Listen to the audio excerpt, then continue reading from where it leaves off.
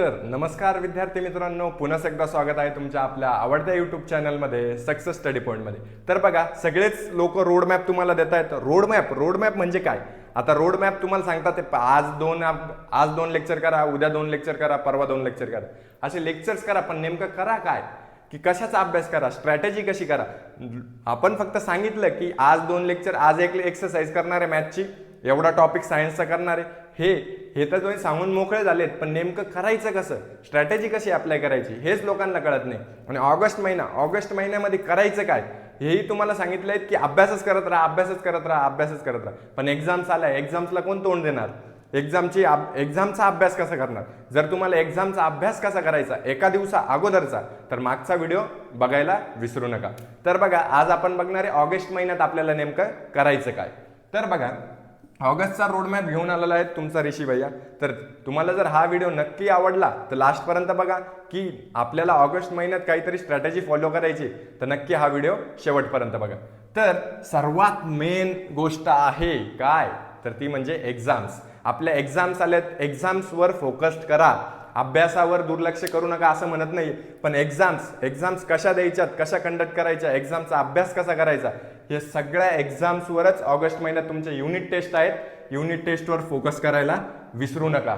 तर अभ्यास, आपल्याला जो सिलेबस आहे तो डोक्यात भरून घ्या आपल्या काय काय आहेत, आणि एक्झाम्सवर फोकस करा.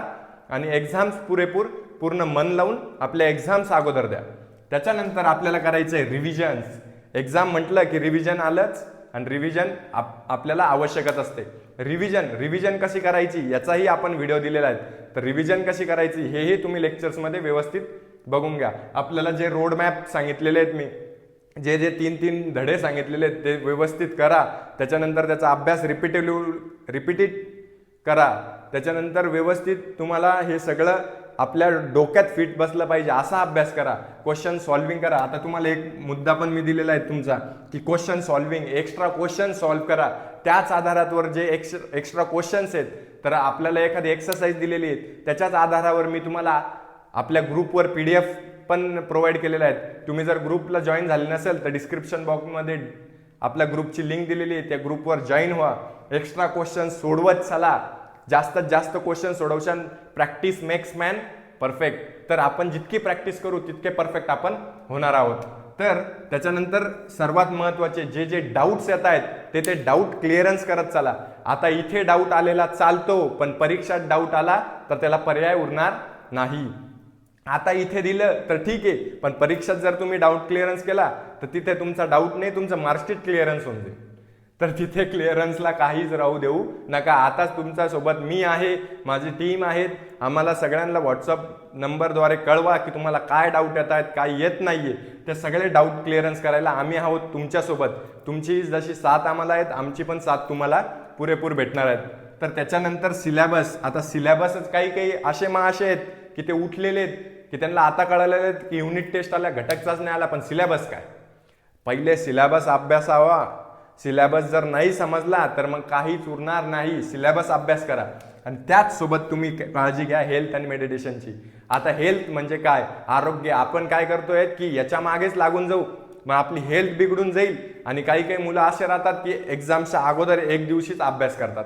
ते त्यांनीही काळजी घ्या हेल्थची. आणि आता सलग लगेच 10-15 तास अभ्यास करायचा नाही. मी मागच्या व्हिडिओमध्ये तुम्हाला क्लिअरन्स केलेले आहेत की किती तास अभ्यास करायचा, कसं अभ्यासाचं मॅनेजमेंट करायचं, आणि 1 डे बिफोर काय करायचं. तर हेल्थची काळजी घ्या, आणि सर्वात महत्त्वाचं मेडिटेशन करा. ध्यानस्थ व्हाल तर आपलं बुद्धी व्यवस्थित चालेल. जसे आपल्या शरीराला अन्नाची गरज असते, तसे डोक्यालाही मेडिटेशनची गरज असते. बघा, हे सगळे पॉईंट्स तुम्ही लक्षात घ्या. ऑगस्टमध्ये तुम्हाला हेच करायचं आहे. आणि तुमचा जो सिलेबस चालू आहे, जे शिकवणं चालू आहे परीक्षेनंतर, तेही तुम्ही त्याच्यासोबत थोडं कंप्लीट करत चला. आता जरी नाही समजलं तर तुम्हाला व्यवस्थितरित्या मी पुढे समजवायला मी आहेच. माझा एक तुम्हाला एकदम खात्री देतोय की आता जरी तुम्हाला थोडंसं क्लिअरन्स नाही झालं तर पुढे युनिट टेस्ट झाल्यानंतर मी तुम्हाला खात्री देतो की आपण व्यवस्थितरित्या कंप्लीट करून घेऊ.